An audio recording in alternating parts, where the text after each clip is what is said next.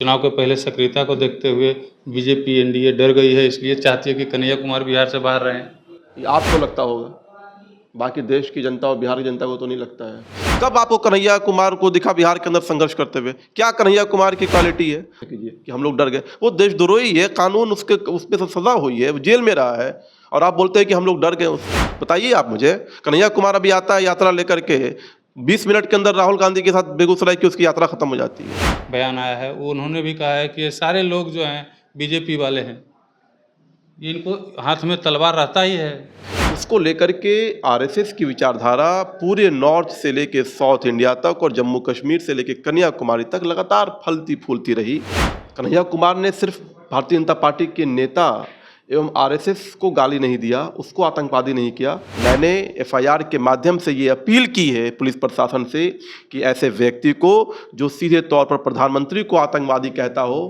कांग्रेस के युवा नेता कन्हैया कुमार एक बार फिर से विवादों के घेरे में आ गए हैं। पटना में कन्हैया कुमार पे एक प्राथमिकी दर्ज हुई है। बीजेपी के द्वारा ये प्राथमिकी दर्ज कराई गई है। क्यों कराई गई है, हम बीजेपी के प्रवक्ता दानिश इकबाल जी हैं, इन्हीं से जानने की कोशिश करते हैं। काहे प्राथमिकी दर्ज करवा दी है?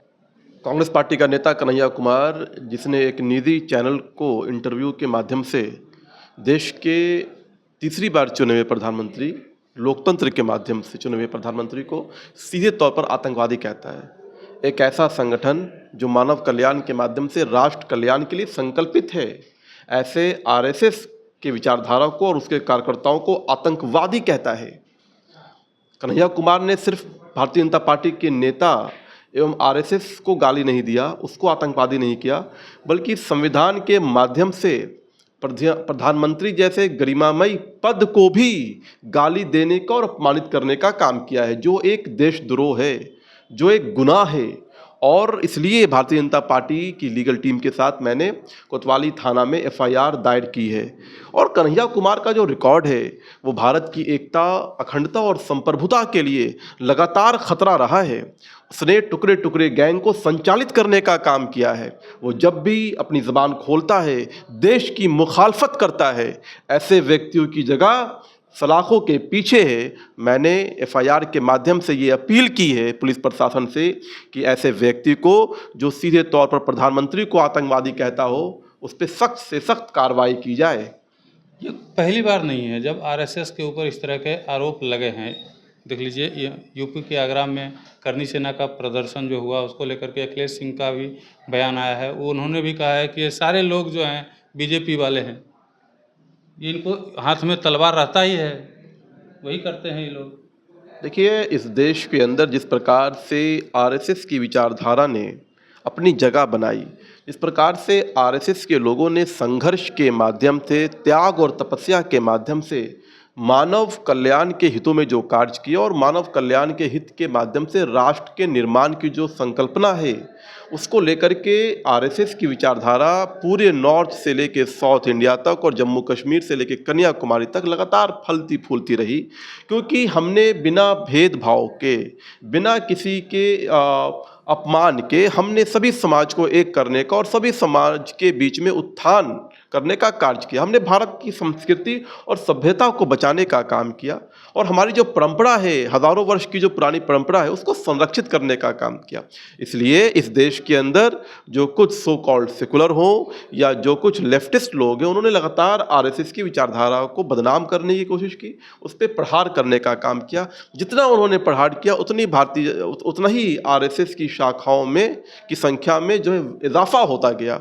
तो इसलिए देश के अंदर कोई भी ऐसी संस्था को किसी प्रकार का देशद्रोही कहना, आतंकवादी कहना, मुझे लगता है कि ये अपमानित है और ऐसे लोगों की जगह सलाखों के पीछे होनी चाहिए। और ख़ासकर जो प्रधानमंत्री को आतंकवादी कहता है, उसके बारे में तो निश्चित तौर पर पुलिस प्रशासन जो है संज्ञान लेगा।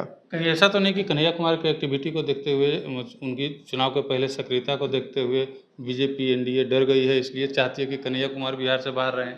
ये आपको लगता होगा, बाकी देश की जनता और बिहार की जनता को तो नहीं लगता है ऐसा कुछ। क्यों, मतलब जिस तरीके से आपको लगता होगा भैया, आप पता नहीं, आप इसका मतलब फील्ड में रिसर्च करके नहीं आते हैं। कन्हैया कुमार को कब आपने देखा है बिहार के अंदर, किस विषय पर बोलते हुए देखा है? बताइए आप मुझे। कन्हैया कुमार अभी आता है यात्रा लेकर के, 20 मिनट के अंदर राहुल गांधी के साथ बेगूसराय की उसकी यात्रा खत्म हो जाती है। कब आपको कन्हैया कुमार को दिखा बिहार के अंदर संघर्ष करते हुए? क्या कन्हैया कुमार की क्वालिटी है? आप उसको ऐसा बोल रहे हैं कि हम लोग डर गए। नहीं, इस तरह का सवाल मत पूछा कीजिए कि हम लोग डर गए। वो देशद्रोही है, कानून उसके उस पर सजा हुई है, वो जेल में रहा है, और आप बोलते हैं कि हम लोग डर गए उससे। इस तरह की बात नहीं करनी चाहिए आप पत्रकारों को। क्या मांग आप लोग की है? कोई मांग नहीं है। जो आपने देखा नहीं वीडियो, जो व्यक्ति प्रधानमंत्री को आतंकवादी कह रहा है उसके बारे में आप कह रहे हैं कि उससे हम डर गए हैं। जो व्यक्ति प्रधानमंत्री को आतंकवादी कह रहा है उसके बारे में आप कह रहे हैं कि हम उससे डर गए हैं। जिस व्यक्ति की जमानत जब्त हो बेगूसराय में, भाग के दिल्ली जाता है, वहां जमानत जब्त हो जाती है, आप कहते हैं कि जो हम उससे डर गए। तो पत्रकारिता ढंग से कीजिए आप लोग। मैं मतलब माफी के साथ कह रहा हूं कि जो व्यक्ति की जमानत जब्त हो जाती है उसको उसके बारे में आप कहते हैं कि हम लोग डर गए हैं। नहीं, मतलब चुनाव में नुकसान कैसे डर गए हैं आप बताइए ना। जिस व्यक्ति की अपनी अस्तित्व नहीं हो उससे हम लोग क्यों डर जाएंगे? भारतीय जनता पार्टी दुनिया की सबसे बड़ी पार्टी है। तो इस तरह का प्रश्न कर करके जो है मुझे लगता है कि ठीक नहीं, इस तरह का प्रश्न करना कि हम लोग डर गए उससे। उस प्रश्न आप उससे पूछिए कि उसने देश के प्रधानमंत्री को आतंकवादी क्यों कहा। सजा होगी उस पर, कानून अपना काम करेगा। हमने FIR दर्ज कराई है।